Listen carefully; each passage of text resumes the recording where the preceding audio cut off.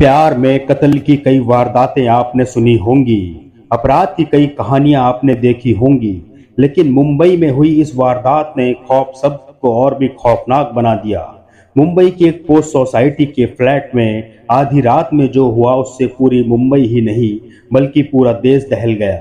एक फ्लैट में आधी रात में एक शख्स का कत्ल हुआ। कत्ल के बाद कातिल ने उसकी लाश को छोटे छोटे 300 टुकड़ों में काटा और फिर उन टुकड़ों को प्लास्टिक के बैग में भरकर जंगल में ले जाकर जला दिया।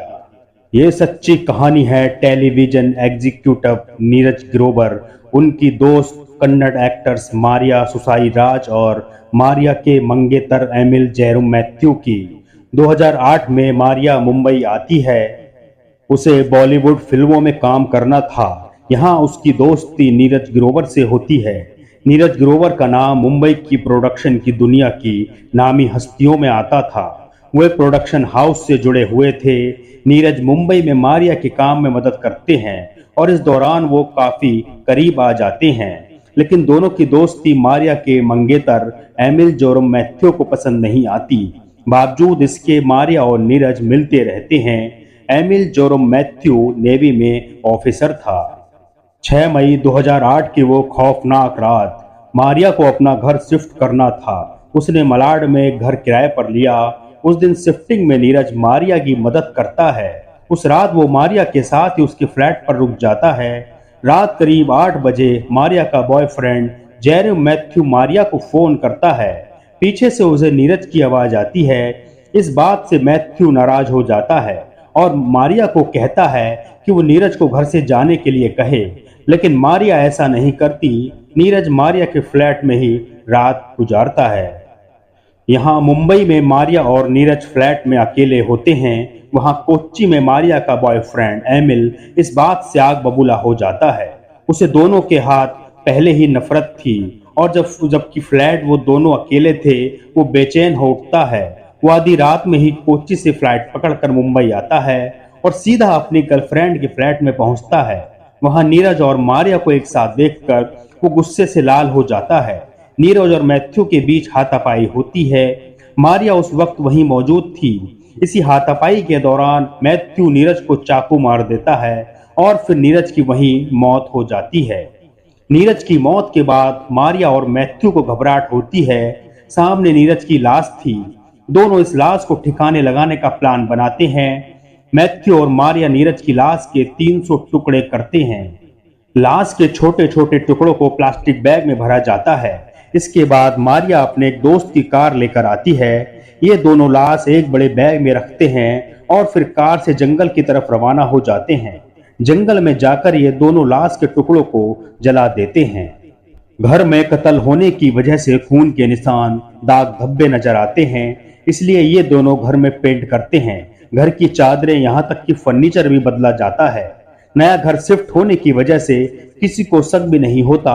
कई दिनों तक सब कुछ ऐसे ही चलता रहता है। ये दोनों हत्या के सारे सबूत मिटा देते हैं। उस रात फ्लैट में क्या हुआ ये किसी को पता नहीं चलता। दूसरी तरफ नीरज ग्रोवर के परिवार वालों का जब कई दिनों तक नीरज से कोई कांटेक्ट नहीं होता तो वो परेशान हो जाते हैं। परिवार वाले पुलिस में नीरज के गायब होने की शिकायत दर्ज करवाते हैं। नीरज के गायब होने से मुंबई में हड़कंप मच जाता है। हाई प्रोफाइल केस होने की वजह से पुलिस पर इस केस को निपटाने का खासा दबाव होता है, लेकिन ये पता ही नहीं चलता कि नीरज गया कहाँ। न कोई सबूत, न कोई क्लू और न ही कोई लाश। आखिर पुलिस करे भी तो करे क्या। कुछ दिन बाद खुद मारिया पुलिस के पास आती है और वो नीरज का मोबाइल पुलिस को सौंपती है। उसके बाद मारिया से पूछताछ शुरू होती है। मारिया पुलिस को सच नहीं बताती। वो बार बार अपने बयान बदलती है। वो कहती है कि उस रात नीरज उसके घर से जा चुका था। मारिया के बार बार बयान बदलने से ये तो साफ था कि मारिया को नीरज के बारे में सब कुछ पता था।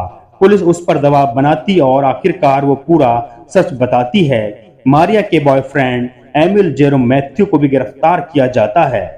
ये केस सालों तक अदालत में चलता है। डेड बॉडी न होने की वजह से केस को साबित करने में पुलिस को खासी मशक्कत करनी पड़ती है।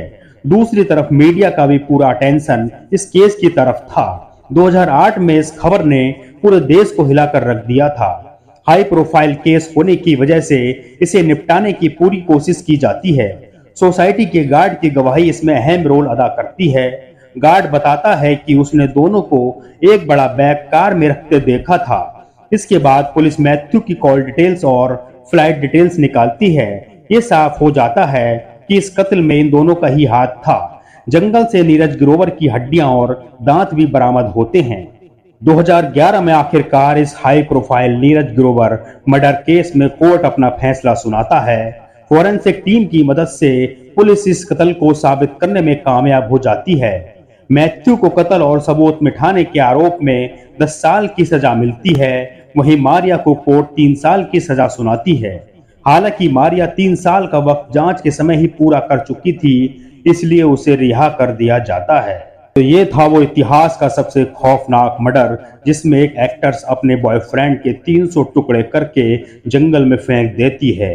तो आपको ये कहानी क्राइम की कैसी लगी? अगर अच्छी लगी है तो कमेंट्स बॉक्स में जरूर बताएं। और अगर आपने हमारा चैनल अभी तक सब्सक्राइब नहीं किया है तो चैनल को सब्सक्राइब करें। साथ ही अपने दोस्तों के साथ चैनल को शेयर जरूर करें। नमस्कार, मिलते हैं आपसे अगली क्राइम वीडियो में।